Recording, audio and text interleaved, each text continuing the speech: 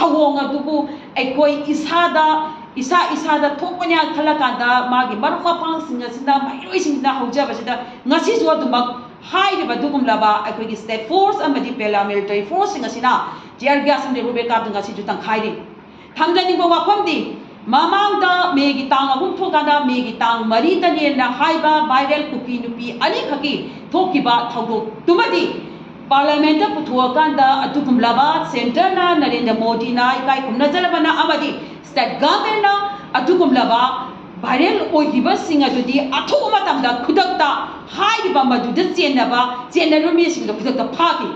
adubu hauji thoiba thawduk asida aikoi isa singda amadi aikoi mahiroi Atukumlaba pikliba sahi kun sudiba isa nupa nupi ani sida thoiba amadi tamtina ngasi phawda la ibad mi ahum tagina ngasi phawda tha manga changchala laba sigum laba miha pipuna thalaba sida ngasi state government amad india government da mama amo oina lamdam sike praja amoina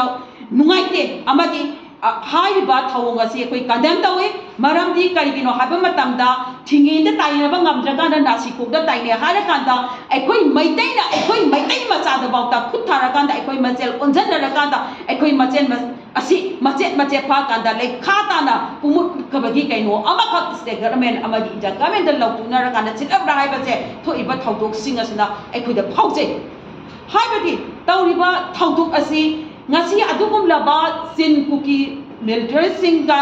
lautuna ra kanda tawriba lihat pane khangaba adugum laba kano singa du viral rega thadoriba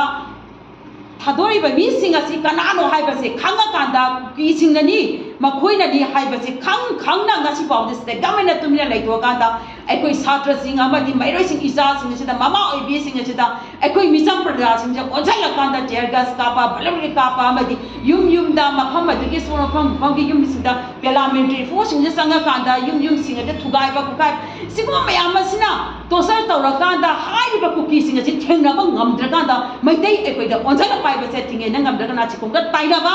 amadi aikoi maitai macha mandabagi phibam amakha ngasi aikoi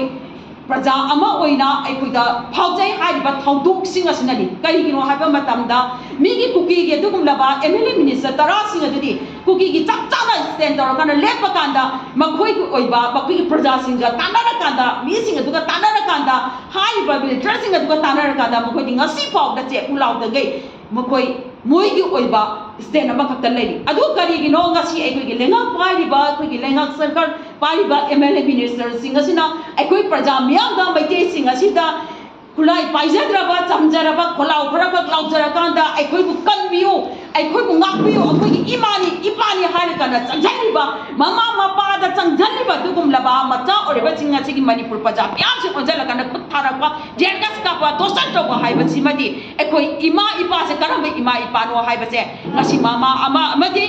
praja ama khak oina ngasi di aikoi gi ima ipa si oidara haiba se aikoi da chingna jaba phawi haibadi thoiba thawdok singa sina aikoi da onjala kana khut thaba sina masi tawbigano aduga tawriba pot singa sida athuba matamda haiba isa singa sigi makoi gi masa makoi na phungiba mafam adudagi lathuk haiba se thamjage kaigino hai matamda ngasi se government tawgedi ngami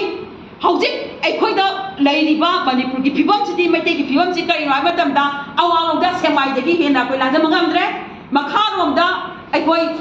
kaino dagi palen dagi na la jamangam dre manung dana kathil ma mi ngan jamangam dre jua sampu da phajaka le khaya sai da lamban no rakana lairi mai kai kuting bakda asigu ba tang tak tanja lair kan sida ngasi gi lairiba lengak ma phi ma pa oiriba singa sina mating thokna makoi gi stand ama galoina na leibak asibu kanin amagi wakalon ama khakta tawbirakta ba haiba che praja amoina pende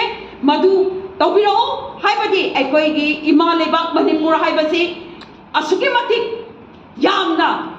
aikoi santi leina leijanamba amadi leiriba community chingsi tanar lerambani karigino hajik hadak ki leiriba sigumlaba government abadi inja government adugumlaba chana chinna leiraba koi gi iramdam manipur chira macet thugai ra kanda ngasi maitai do onjalakpagi phibam amaga state government abadi inja government lautunara kanda sinbagi mawong amaka hauji ngasi maksu thoiba thaudok tear gas ka piba satati thugai riba तौरीबसिंग असिना अखोई प्रजा अमखक ओइना मसी पेंद्रे मसी खुदकता